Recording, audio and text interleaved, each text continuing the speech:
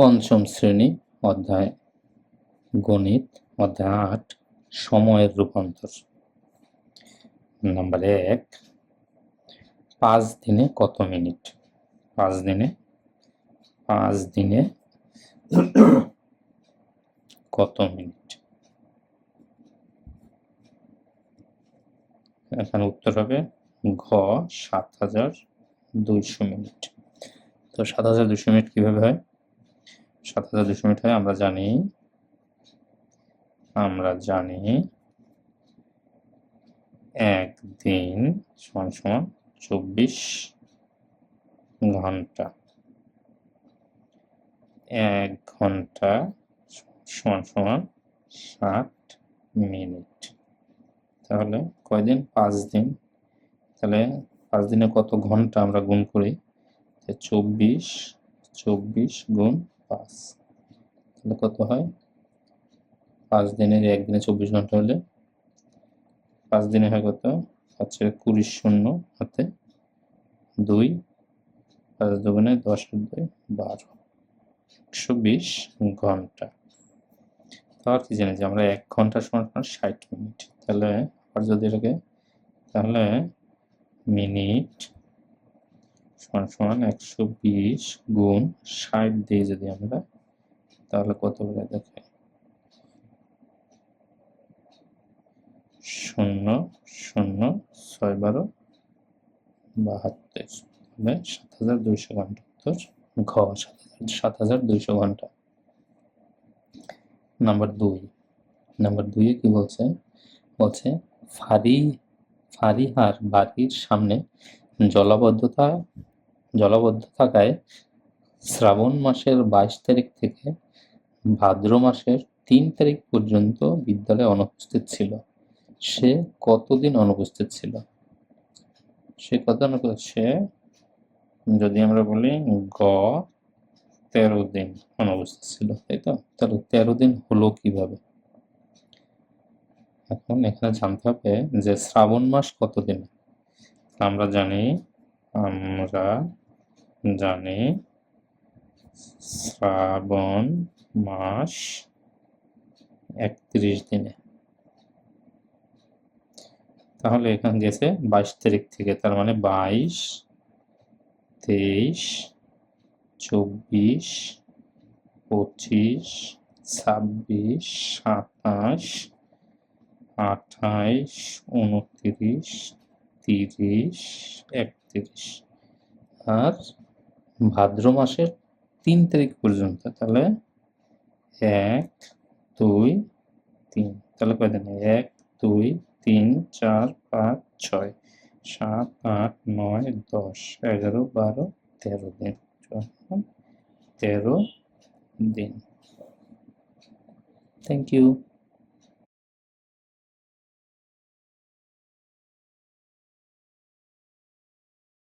পঞ্চম শ্রেণী অধ্যায় ৮ সময়ের রূপান্তর। নাম্বার ২ বলছে নিচের মাসগুলোর দিন সংখ্যা লিখি। ১ নম্বরে শ্রাবণ মাস কয়দিন হয়? শ্রাবণ মাস হয় ৩১ দিন।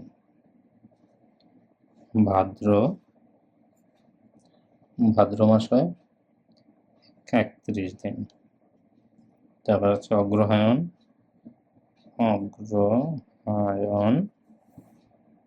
মাস হয় ৩০ দিনে। তারপর হচ্ছে চৈত্র মাস হয় ৩০ দিনে। তারপর হচ্ছে এপ্রিল মাস হয় কয় দিনে? ৩০ দিনে।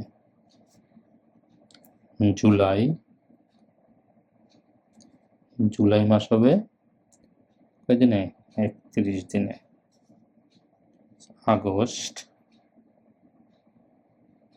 আগস্ট হবে ৩১ দিনে। ৩১ দিনে। এরপর আছে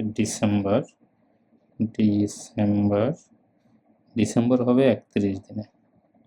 তোমরা কি জানো যে ইংরেজি মাস কোনটা কয় দিনে, এটা বের করার একটা সূত্র তোমার হাতে আছে।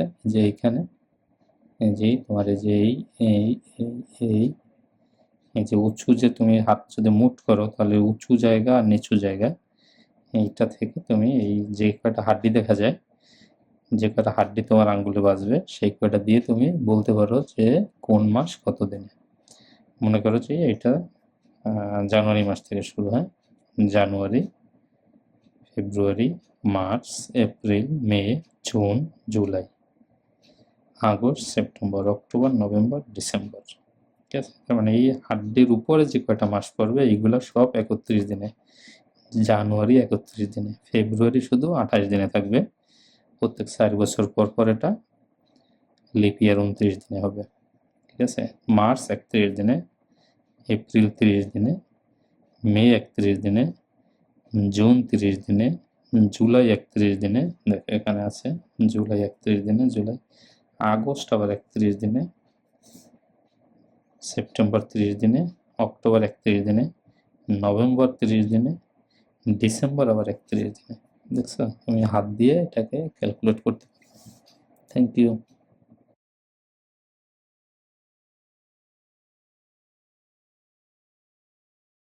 পঞ্চম শ্রেণী, অধ্যায় 8, সময়ের রূপান্তর, নাম্বার 3। নাম্বার 3-এ ক বলছে কোনো বছরের 1 আগস্ট বৃহস্পতিবার। বলছে 1 আগস্ট বৃহস্পতি বার হলে 5 জুন কি বার ছিল? 5 জুন এটা কি বার ছিল? তাহলে জুন মাস, তাহলে জুন মাস আসে কখন, মানে আগস্ট মাস আসে কখন? জুন, আবার আসে জুলাই, আর তারপরে আসবে আগস্ট, তাই তো? জুন, জুলাই, জুন মাস কয় দিনে? জুন মাস হয় 30 দিনে, আর জুলাই মাস হয় 31 দিনে। তাহলে এই 30 আর 31 দিন মিলে হয় 30 যোগ 31, যদি আমরা দিই তাহলে হবে 61 দিন, তাই না?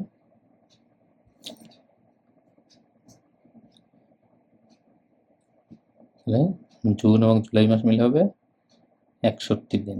তাহলে 61 দিনকে 7 দিয়ে ভাগ দিই, যদি 61 দিনকে যদি 7 দিয়ে ভাগ দিই তাহলে কি হয়? 61 ভাগ 7, 61 ভাগ 7 যদি আমরা দিই, মানে প্রত্যেক সপ্তাহে তো 7 দিন, তাই না? তাহলে 61 ভাগ যদি 7 দিই তাহলে কি হয়? 61 ভাগ 7, তাহলে হবে 8 সপ্তাহ, 7 8 56, 8 সপ্তাহ, 57, 7 56, 56 দিন। 56 দিনের পর 58, 59, 56, 57, 58, 59, 60, 61, 5, তাই না? 5 দিন। তাহলে বাকি থাকবে 5 দিন। তাহলে যেহেতু যেহেতু পিছনের দিকে যাচ্ছি, তাই বৃহস্পতিবার থেকে যদি 5 দিন বাদ দেই, বৃহস্পতিবার থেকে যদি এখানে যদি বৃহস্পতিবার, তো বৃহস্পতিবার থেকে যদি শুরু হয় দিন, মানে সপ্তাহ, তাহলে 5 দিন পিছনে কি বের হয়? তাহলে বৃহস্পতি থেকে 5 দিন পিছনে যায়। বৃহস্পতির আগে বুধ, মঙ্গল, সোম, রবি, শনি,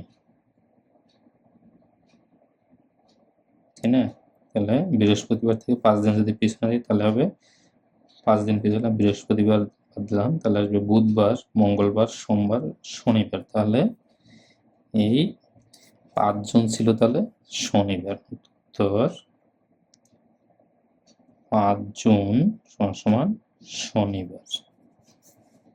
তোমরা কি বুঝতে পারছো বিষয়টা? নাহলে তুমি কমেন্টস গুলো। এবার নাম্বার খ দেখি আমরা। আবার নাম্বার খ বলছে কোনো বছরের 7ই অক্টোবর শনিবার হলে 31 ডিসেম্বর কি বার হবে? কি বলছে, কোনো বছরের 7ই অক্টোবর যদি শনিবার হয়, 7 অক্টোবর শনিবার হলে 31 ডিসেম্বর কি বার হবে? এটা তো তাহলে অক্টোবর মাসের 7 দিন, 7ই অক্টোবর, তাহলে 7 দিনের পর আর বাকি থাকে কয় দিন? 7 দিন। অক্টোবর মাস কত দিনে আমরা কি জানি তা? January, February, March, April, May, June, July, August, September, October মাস তাহলে আমরা জানি অক্টোবর মাস হলে 31 দিনে, তাই না? অক্টোবর 31 দিনে, তাহলে 7 অক্টোবর পর বাকি থেকে গেল, অক্টোবর মাসের বাকি থাকে কত? বাকি দিন 31 বিয়োগ 7 সমান কত থাকে? 31 বিয়োগ 7 দিলে পর থাকে 24 দিন। এবার নভেম্বর মাস কত দিনে? অক্টোবরের পর নভেম্বর মাস 30 দিনে। এরপর ডিসেম্বর মাস কত দিনে? ডিসেম্বর মাসের কয় তারিখে বলছে? ডিসেম্বর মাসের 31 তারিখ, তার মানে 31 দিন।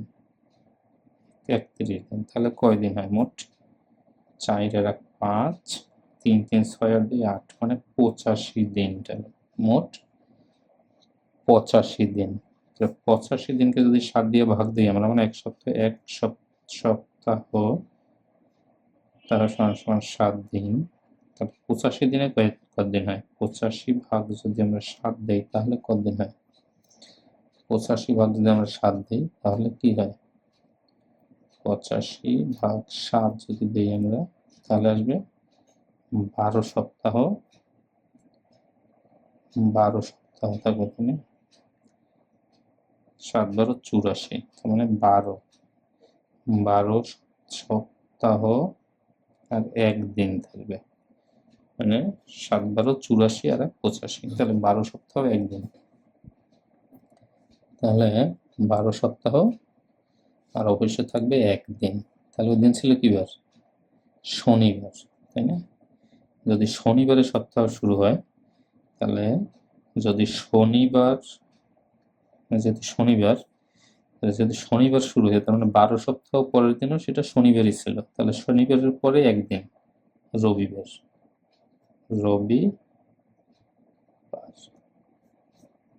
ঠিক আছে, 12 সপ্তাহ পরে ওই দিনে তাহলে মানে 31 ডিসেম্বর তাহলে দিন রবিবার ছিল। Thank you.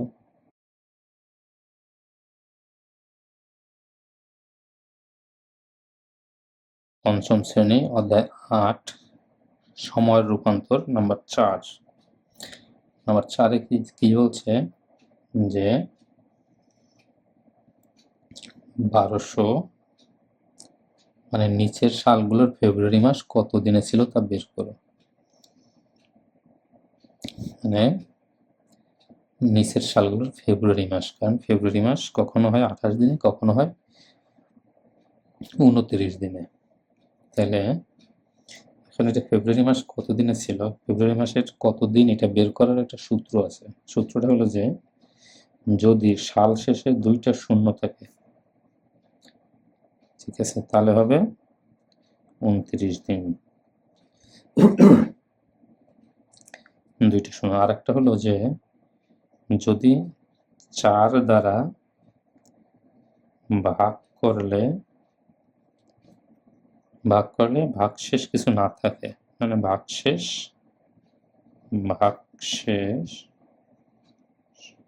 নেই, তাহলে হবে 29 দিন।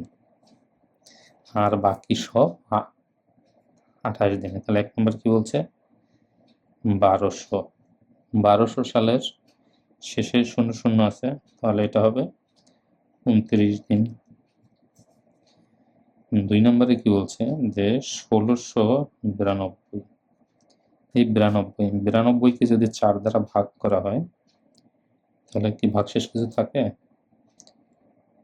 23 হয়। 4 33 92, তার মানে ভাগশেষ কিছু থাকে না। 4 দ্বারা ভাগ করলে ভাগশেষ কিছু থাকে না, যার জন্য এটাও 29 দিন। আর একটা আছে 3 নম্বরে 2100 2010,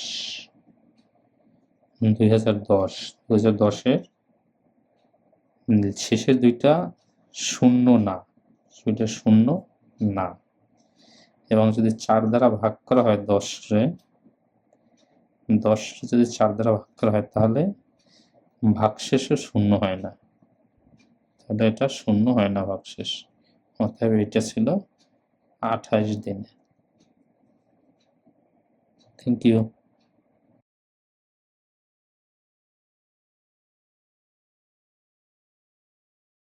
গণিত পঞ্চম শ্রেণী, অধ্যায় 8, সময়ের রূপান্তর, নাম্বার 5। নাম্বার 5, 2028 সালটি অর্থবর্ষ। 2028 সালটি অর্থবর্ষ। পহেলা জানুয়ারি কি বলছে? পহেলা জানুয়ারি যদি শনিবার হয়, 1 জানুয়ারি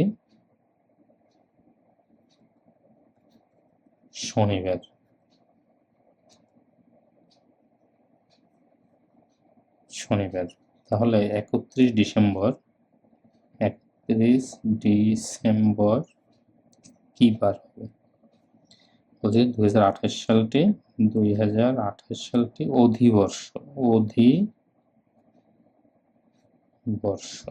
অধিবর্ষ মানে কি? অধিবর্ষ মানে হলে ফেব্রুয়ারি মাস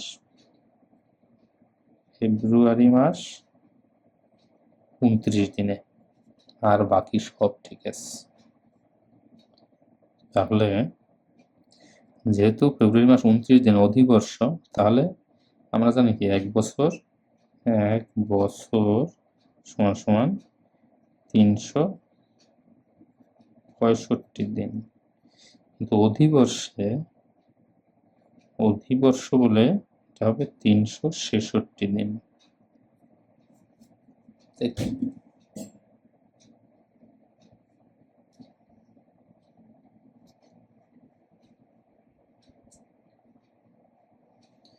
এটা যদি 366 দিন হয় তাহলে কি হয়?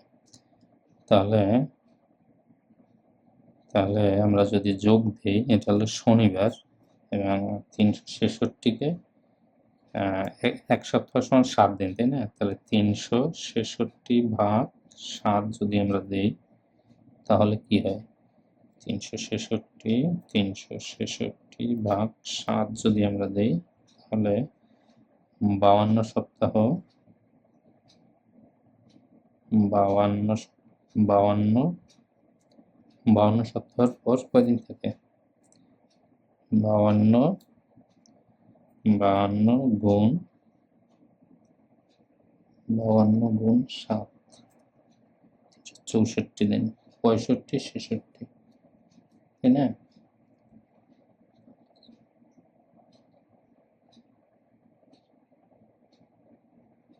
তাহলে 52 সপ্তাহের পর থাকবে আর 2 দিন। তাহলে সপ্তাহ শুরু হয়েছে কিবারে? শনিবার ছিল 1 তারিখ। 52 সপ্তাহ শেষে কিবার হবে? শুক্রবার। 52 সপ্তাহ শেষ, তারপরে বাকি থাকে 2 দিন, তার মানে শনি রবি, তাই না? তাহলে 31 ডিসেম্বর সমান রবিবার। Thank you.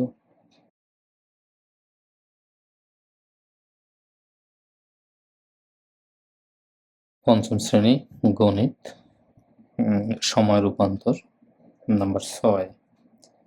নাম্বার 6 কি বলছে যে নিচের সালগুলো কোন শতাব্দীতে তা লিখি। 108, 1015, 2001। এটা হচ্ছে কত শতাব্দীতে। শতাব্দী বলতে আমরা কি বুঝি? শতাব্দী বলতে আমরা বুঝি যে শতাব্দী মানে হলো একটা শতাব্দী মানে হলো 100 বছর। তাহলে এটা হলো 108, তার মানে 100 চেয়ে বেশি, তাহলে এটা দ্বিতীয় শতাব্দী।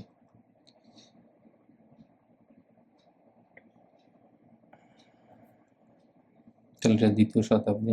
এটা হলো 1015, তাহলে এটা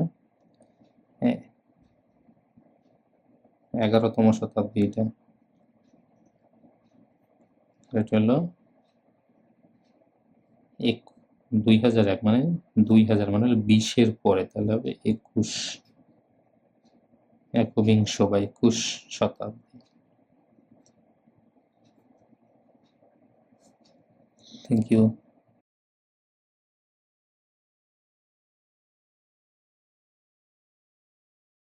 পঞ্চম শ্রেণী গণিত, পঞ্চম শ্রেণী অধ্যায় 8 সময়ের রূপান্তর, নাম্বার 7। নাম্বার 7-এ বলা হয়েছে যে নিচের প্রশ্নগুলোর উত্তর খুঁজি। ধরি মাস 30 দিনে, তাহলে 10 বছরকে দিনে প্রকাশ করি। 10 বছরকে দিনে প্রকাশ করি, তাই না? ধরি মাস 30 দিনে, তাহলে মাস যদি 30 দিনে হয় তাহলে 10 বছর সমান সমান 1 বছরে কত মাস? 12 মাস। 12 মাস সমান সমান 1 বছর। তাহলে আবার বলছে যে ধরতে বলছে ধরি মাস 30 দিনে, তাহলে 10 বছর সমান সমান 12 মাস সমান সমান 30, কত হবে?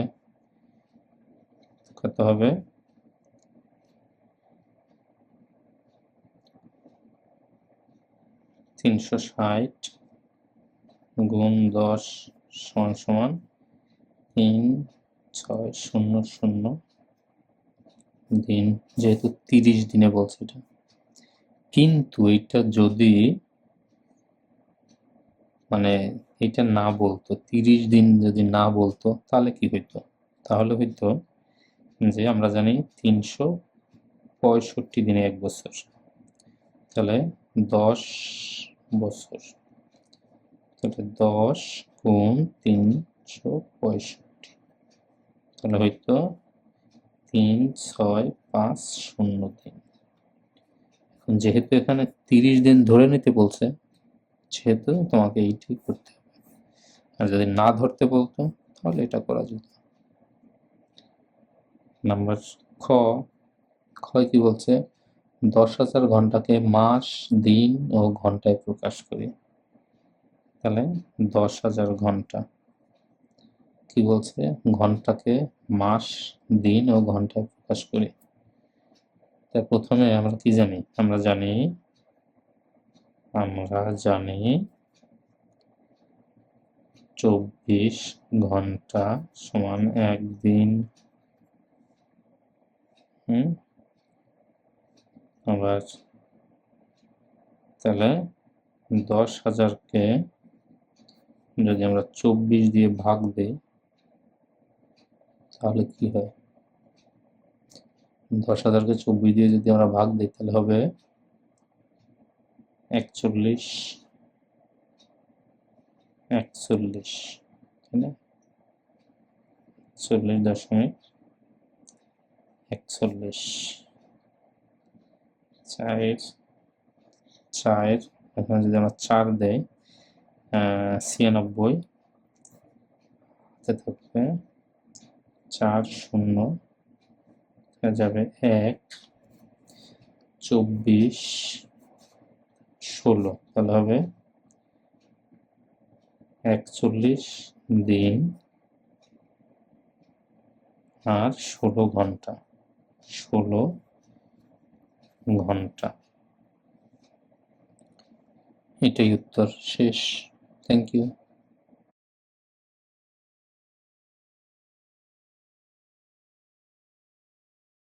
পঞ্চম শ্রেণী, অধ্যায় 8, সময় রূপান্তর, নাম্বার 8। নাম্বার 8 কি বলছে? ক,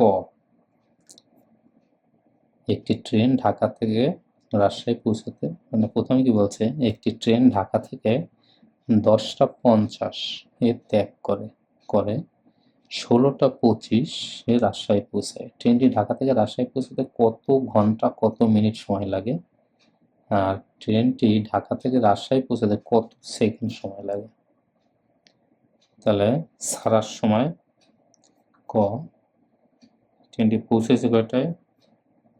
রাজশাহী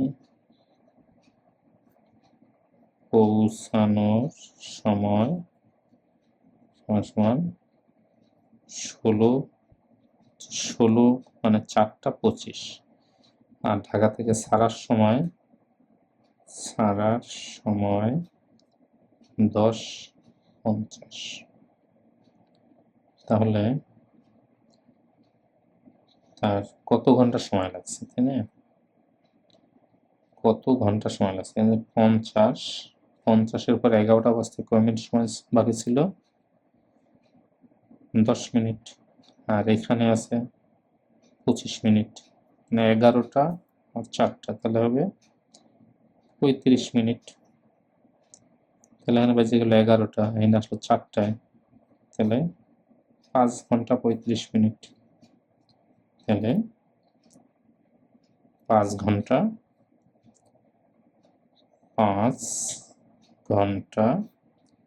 35 মিনিট। এবার কি বলছে? খ নম্বরে বলছে কি? খ নম্বর বলছে ট্রেনটি ঢাকা থেকে রাজশাহী পৌঁছাতে কত সেকেন্ড সময় লাগছে। সেকেন্ড আমরা কি জানি? আমরা জানি 1 মিনিট সমান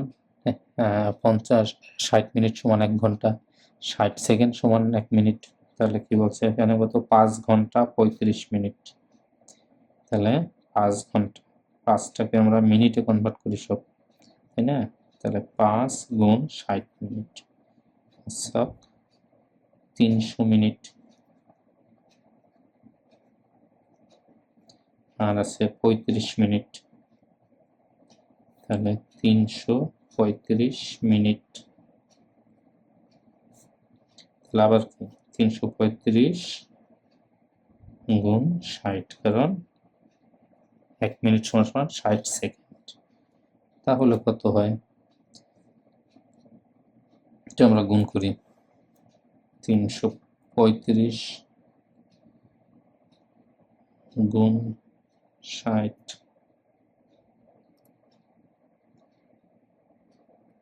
তাহলে হতে হয় 20,100 সেকেন্ড। না সরি, 20,010 সেকেন্ড। 20,010 সেকেন্ড, উত্তর 20,010 সেকেন্ড। Thank you.